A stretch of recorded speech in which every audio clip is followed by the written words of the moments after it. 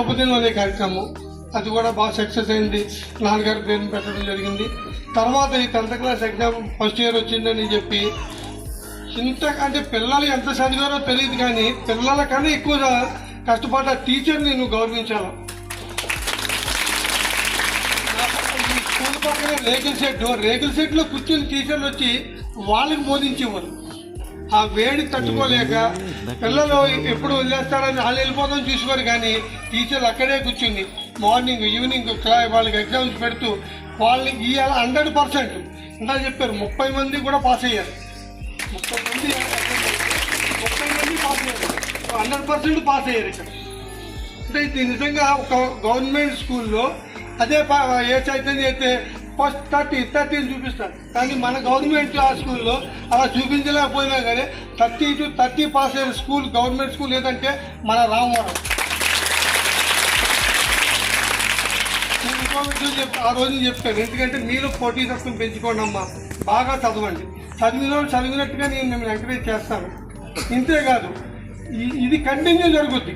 ఇప్పుడు ఈరోజు ఎవరైతే 10th క్లాస్కి వచ్చారో వాళ్ళు నెక్స్ట్ 9th క్లాసు, నాకు ఓపుకున్నంత సేపు నేను ఉన్న కూడా మీకు అలా గిఫ్ట్లు ఇస్తానే ఉంటాను. మీరు అందరూ కూడా నేను ఎంకరేజ్ చేస్తూనే ఉంటాను.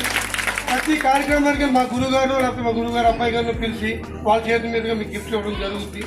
కాబట్టి ఈ అవసరం అందరికీ కూడా ధన్యవాదాలు తెలుపుకుంటూ ఏ కార్యక్రమం జరిగినా కూడాను ఫస్ట్లో అంటే దాతను ఎవరు చూడాలి అనే లోపు మాస్టారు ఎవరు ముందుకు రాకపోతే నాది రాసుకోండి, నా పేరు రాసుకోండి అని.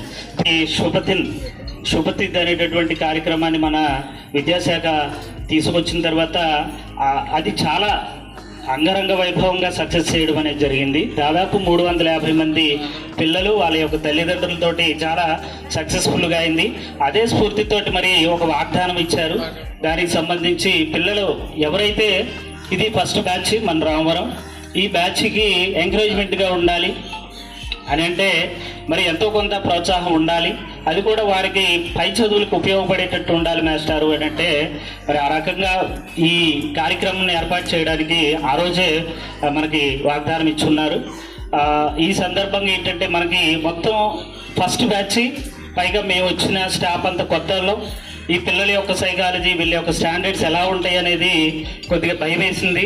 ఏది ఏమైనప్పటికీ కూడా మొత్తం మా స్టాఫ్ అందరినీ కూడా కూర్చోబెట్టి ఒకటే అనుకున్నాం, మాస్టారు మనం ఏం చేస్తామో తెలియదు, ఇక్కడ ఎంతోమంది నాయకులు ప్రపోజల్ ఉన్నతాధికారులు పంపితే తప్ప ఈ 10th క్లాస్ అనేది రాదు. వేరే వాళ్ళు చాలా మినిస్టర్లు అలాగే ఆ మినిస్టర్లు వెంబట డబ్బులు పెట్టి తిరిగినా కూడా పని అవ్వదు. అలాంటిది మన రామవరం గ్రామంలో మరి 10th క్లాస్ హై స్కూల్ అవడం అనేది మన అదృష్టం. దీన్ని నిలబెట్టుకోవాలంటే మనం కష్టపడాలండి. అందుట్లో ఫస్ట్ బ్యాచ్ కాబట్టి అని అందరు మీటింగ్ పెట్టి చెప్పుకోవడం, ఆ రకంగా సబ్జెక్ట్ వైజ్గా ఎవరి కాళ్ళు చాలా అంకితాభావంతో పనిచేసి, ఎలాంటి అంకితాభావం అంటే ఇల్లు ఫ్యామిలీ తర్వాత ముందైతే మనకి 5 to 6 ఈవినింగ్ వరకు కూడా పిల్లలతోటి మమేకమై వాళ్ళకి తెలిసి ఇప్పుడు పిల్లలు 5:30 వరకు కూడాను వాళ్ళ పేరెంట్స్ తోటి కాంటాక్ట్ అవుతూ మాట్లాడుతూ మేము అంటే చాలా ఛాలెంజ్గా తీసుకున్నామండి ఈ విషయం మాత్రం. ఎందుకు అని అంటే మనకి రూమ్స్ ఒకటి లేవు, మొత్తం అప్గ్రేడ్ అయింది, సంతోషం. 10 క్లాసులు ఉన్నాయి, 6 రూమ్సే ఉండేది సార్. దాన్ని బట్టి మా పీడీ గారు కానీ మా స్టాఫ్ అందరూ ఒక యాక్షన్ ప్లాన్ ఒకటి తయారు చేసి ఏ క్లాస్ ఎక్కడ ఉండాలి ఏంటి అనేది ప్లాన్ చేసుకుంటూ ఒక క్లాస్ చెప్తుంటే ఇంకో క్లాస్కి డిస్టర్బెన్స్ లేకుండా ప్లాన్ చేయడం అనేది జరిగింది. ఏదైనా ఉన్న వనరులనే మనం వినియోగించుకుంటూ చక్కటి రిజల్ట్ పెడితే తర్వాత సౌకర్యాలు అనేవి అవే వస్తాయి అన్న ఉద్దేశంతో మేము ముందుకెళ్ళాం. ఈ సంవత్సరం కూడా మేము ఫస్ట్లో నుంచి ఒక ప్లానింగ్ తోటి వెళ్తా ఉన్నాం.